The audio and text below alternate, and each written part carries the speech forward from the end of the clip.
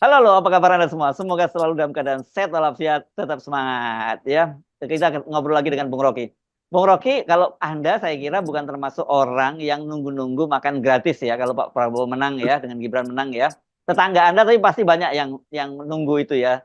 Tapi sayangnya mereka ini harus nunggu sampai tahun 2009, 2029 Bung Rocky. Jadi menjelang kampanye lagi nanti baru akan dapat makanan gratis itu karena kata akun Gerindra kalau sekarang diimplementasikan bisa kolaps itu keuangan negara. Kita juga bilang dari dulu apa juga kan gitu.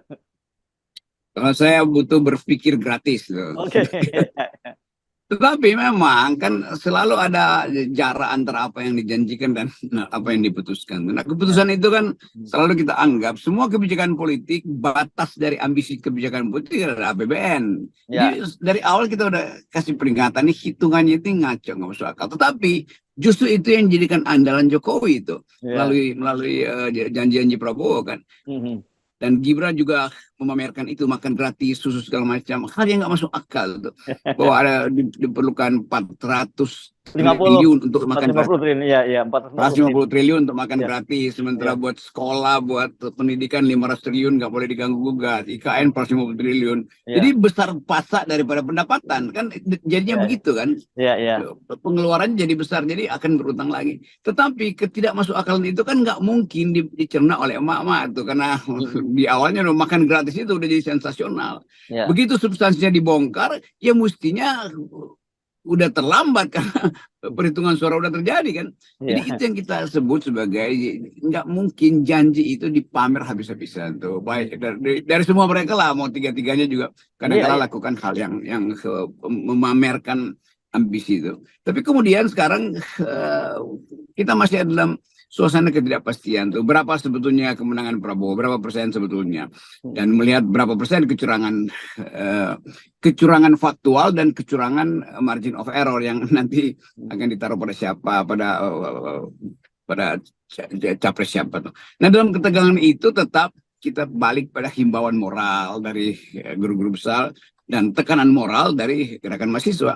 Nah, hitungan saya ini gerakan mahasiswa nggak akan berhenti, apalagi Mhm. data-data semacam ini mulai diperlihatkan. Walaupun Prabowo secara real udah mulai menghitung siapa yang akan duduk di kabinet. Jadi itu Mhm. intinya tuh. Jadi sekali lagi ada kesulitan pada Prabowo kalau misalnya akumulasi sisa-sisa kekuatan moral ini dibangkitkan lagi karena ditemukannya kecurangan dan janji-janji seperti tadi makan gratis yang sebetulnya nggak bisa direalisasi, itu pasti akan ada gerakan tambahan kan, atau energi baru untuk menghasilkan ada politik delegitimasi. Ya, tapi ini kabar ini saya kira kabar baik bagi orang-orang yang pengen jadi menterinya Pak Prabowo, tapi dia tidak sepakat dengan makan siang dan susu gratis. Karena kan Pak Prabowo kan bilang begini, yang tidak sepakat dengan makan siang dan susu gratis, program saya jangan jadi menteri saya. Nah, kan mereka bisa bilang kan nanti baru tahun 2029 Pak, presidennya belum tentu Bapak. Bisa begitu kan menterinya jawab. Jadi bagian ini yang kita sebut kekonyolan karena menolak analisis dari pakar. Pakar Ya, udah analisis, kita juga terangkan dengan logika sederhana 450 triliun itu artinya hutang luar negeri kita segitu yang mesti dibayar. Jadi ya. itu artinya makan gratis sambil berhutang, nggak mungkin itu. Hmm. Makan gratis sambil mengongkosi IKN yang juga 500 triliun itu nggak mungkin tuh. Jadi hal yang dihitung dengan rasio, Hmm. tetapi karena emosinya mau ditampilkan supaya dapat satu putaran, maka dibohongilah publik itu kan. Yang bohongi siapa? Ya Gibran yang bohongi, yang bohongi ya Jokowi. Pak Prabowo, ya Pak Prabowo terpaksa mesti ucapin itu kan, karena itu satu-satunya hal yang menarik perhatian publik tuh, Hmm. selain harga beras yang atau beras yang disedot dari pasar lalu dibagi-bagi BLT dengan akibat beras harganya inflasi, beras harganya naik terus kan.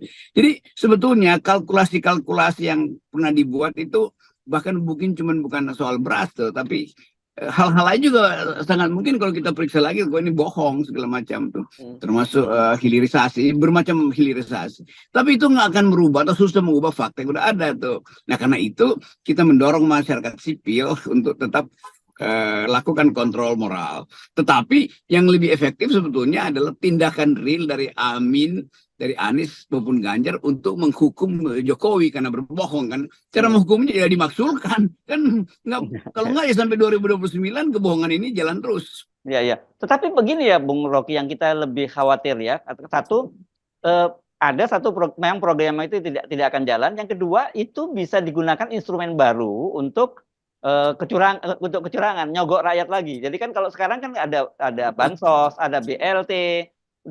Sekarang nanti ditambah lagi dengan makan siang gratis dengan alasan ini janji kami pada pemilu lalu dan baru bisa direalisir. Tapi itu dilakukan menjelang pemungutan suara kampanye berikutnya. Iya, iya gitu.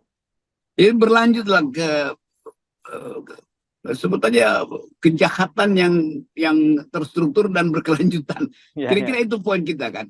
Tapi kita mau lihat akibat-akibatnya mungkin 1-2 bulan ini ke depan kan, Oktober masih lama tuh. Jadi persaingan di dalam koalisinya Pak Prabowo akan terjadi. Golkar tentu akan menuntut kursi yang besar, bikin juga PAN mungkin yang strategis akan dituntut. Tetapi dalam waktu yang bersamaan tuh gerakan-gerakan untuk mencoba untuk melucuti kekuasaan itu akan berlanjut terus kan. Jadi bayangkan misalnya PDIP akan muncul sebagai oposisi. Oke, tapi PDIP harusnya melakukan oposisi dengan tuntutan yang maksimal, yaitu maksulkan tadi kan. Kan itu intinya tuh. Kalau PDIP masih berupaya untuk negosiasi dengan janji portofolio tertentu, itu artinya PDIP merupakan bagian yang membenarkan kelucuan-kelucuan dan kejahatan-kejahatan politik di era pemilu ini kan. Jadi tetap kita tunggu poin dari PDIP, dia mau beroposisi. Apa oposisinya tuh? Dasarnya itu, dasar dari oposisi adalah value, bukan hal-hal yang secara pragmatis bisa itu tertambah.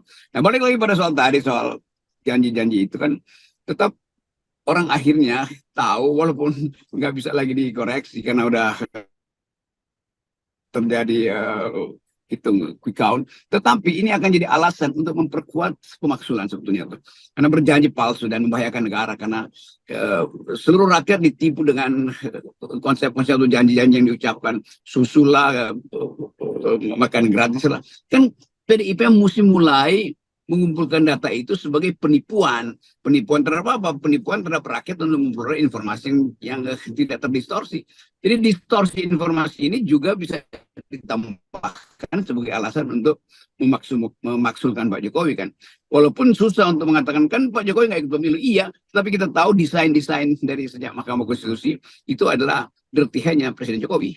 Ya, ya. Nah, berkaitan juga itu dengan Pak Jokowi, saya kira kita perlu lanjutkan juga dengan soal kelangkaan beras ya, dan harganya yang sangat tinggi, Bung Rocky ya. Kemudian Pak Erlangga Hartarto memutuskan untuk mengimpor lagi 1,6 juta ton. Itu artinya akan ada rente ekonomi lagi di situ. Tapi Pak Jokowi juga menyebutkan bahwa ini harga tinggi ini bukan karena bansos, kata dia, ini karena memang gagal panen dan sebagainya. Tapi orang tahu bahwa kemarin-kemarin itu kan harga beras Bulog itu kan ditempeli stikernya Pak Jokowi kan. Ya ini rente, ini rent seeking ekonomi, ini ekonomi cari rente ini selalu dipergunakan. Justru ketika isu kemiskinan, isu hak dasar pemenuhan publik itu tersingkirkan sementara oleh isu quick count. Jadi orang menganggap bahwa ya udah memang masuk akal kalau impor lagi karena berasnya dipakai habis untuk bansos. Tetapi sebetulnya justru karena bansos, maka bansos sendiri udah semacam penipuan. Hasil dari penipuan itu menyebabkan harga beras naik. Demi menutupi kebutuhan konsumsi kelas menengah, maka diimpor. Dan di dalam setiap kilogram impor itu ada rent seeking, ada rentenya di situ kan. Jadi betul-betul algoritmanya ada algoritma kejahatan.